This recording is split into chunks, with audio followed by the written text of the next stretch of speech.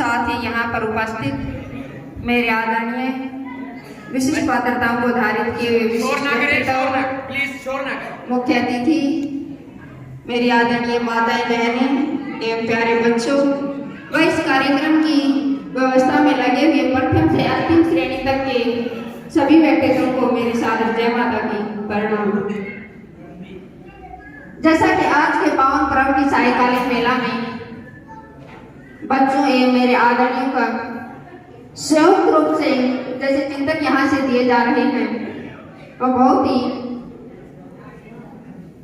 शोभनीय है एवं चिंतनशील है। मेरे से पूर्व वक्ताओं ने आज हमारे 74वें गणतंत्र दिवस एवं मां सरस्वती की आराधना पर्व बसंत पंचमी की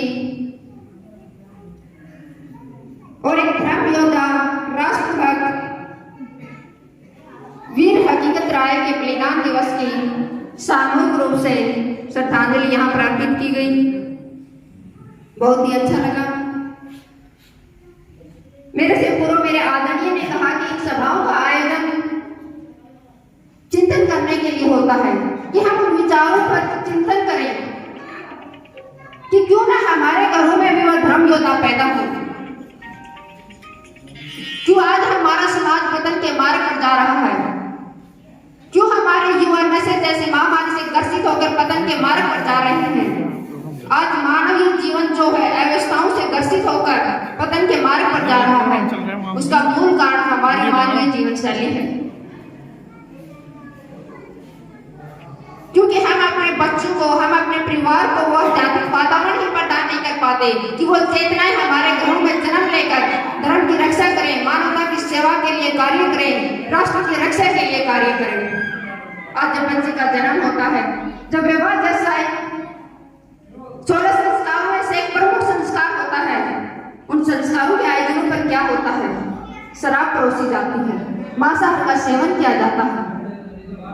अरे जिस समय पर, जिस अवसर पर हम अग्नि को साक्षी मानकर दो चेतनाओं का, दो आत्माओं का मिलन करते हैं, उस अवसर पर तो आध्यात्मिक अनुष्ठान होनी चाहिए। उस अवसर पर अपने इष्ट की साधना होनी चाहिए, आराधना होनी चाहिए, उनसे निवेदन करना चाहिए कि हमारा जीवन सुखमय हो, शांतिपूर्ण हो, हमारे घरों में दिव्य चेतनाएं आकर जन्म लें।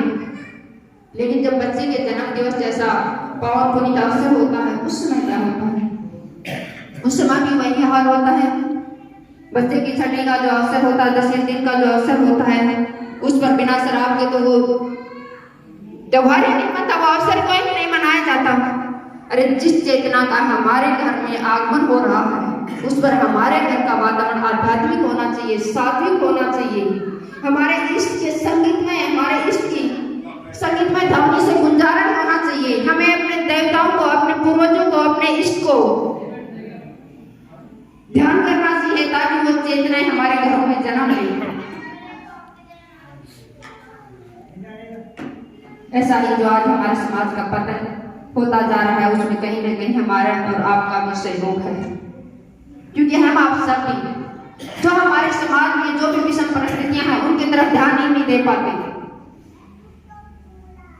राष्ट्र रक्षा जो मानव के जीवन के प्रमुख 3 कर्तव्य हैं, मानवता की सेवा, धर्म रक्षा और राष्ट्र रक्षा के लिए ही मानवीय का जीवन हम आप सबको आदि शक्ति जगत जननी जगदम्बा प्रदान करती है कि हम ये मानवीय देह को पाकर अपने धर्म की रक्षा के लिए कार्य करें, राष्ट्र की रक्षा के लिए कार्य करें, मानवता की सेवा के लिए कार्य करें।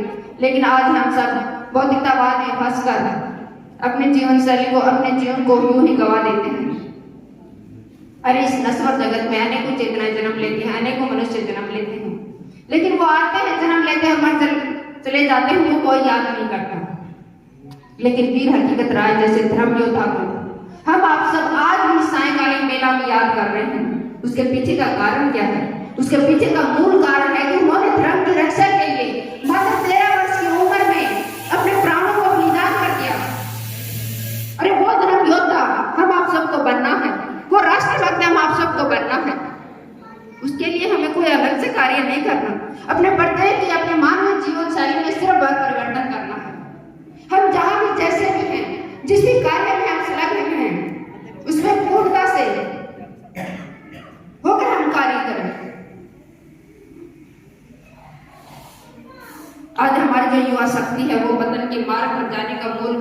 बर्बादी हो रही है। आज समाज का पतन हो रहा है, उसके प्रमुख 5 बिंदु हैं: नशाखोर, मांसाहार, चरित्रहीनता, सांप्रदायिकता और नास्तिकता।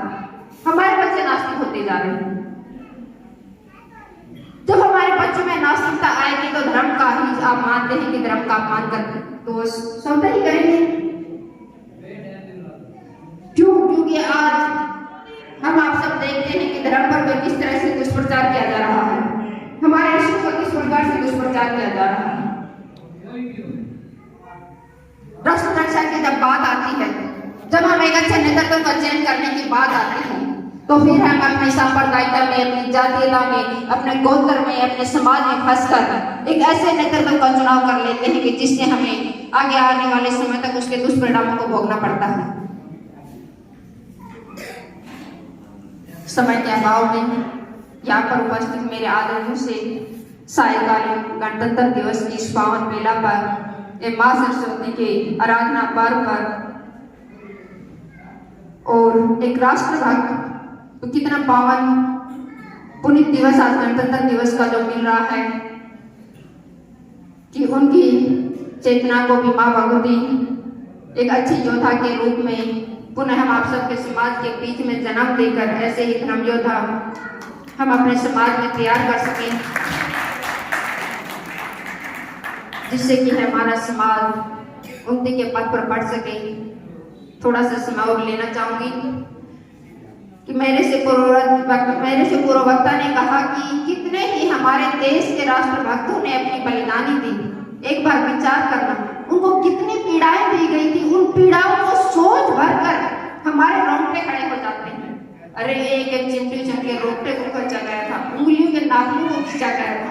इस देश को आजादी दिलाने के लिए, इस देश को स्वतंत्रता दिलाने के लिए उन्होंने अपने प्राणों की आहुति दे दी। क्या उनकी बहनें नहीं थी, उनके परिवार नहीं था, उनके माता पिता नहीं थे, उनका समाज नहीं था, लेकिन उन्होंने किसी की भी चिंता नहीं की। उन्होंने सबसे प्रथम अपने राष्ट्र को रखा और उस राष्ट्र के लिए इतनी वेदना को सहकर इसे आजादी दिलाई। आज उस आजाद भारत की क्या स्थिति है, उस पर हमें विचार करने की आवश्यकता है। आज हमारा आजाद भारत, हम वास्तव में आजाद नहीं है। आज भी हम जंजीरों से बंधे थे, वो चाहे सांप्रदायिकता की लगा लीजिए, चाहे धर्मांधता की लगा लीजिए, चाहे चरित्रहीनता की लगा लीजिए, चाहे वो नास्तिकता की लगा लीजिए। अरे युवा शक्ति को जिसे देश की रक्षा के लिए अपने आगे बढ़ना चाहिए, आज वो पतन के मार्ग पर जा रहे हैं। उसका प्रमुख कारण हम आप सब भी, हम आप सबको भी अपने बच्चों को, चाहे आप शिक्षा अधिक मत दें, लेकिन उन्हें संस्कार अवश्य दें, धर्म का, राष्ट्र का, मानवता का, समाज के लिए, क्योंकि क्या कर्तव्य है।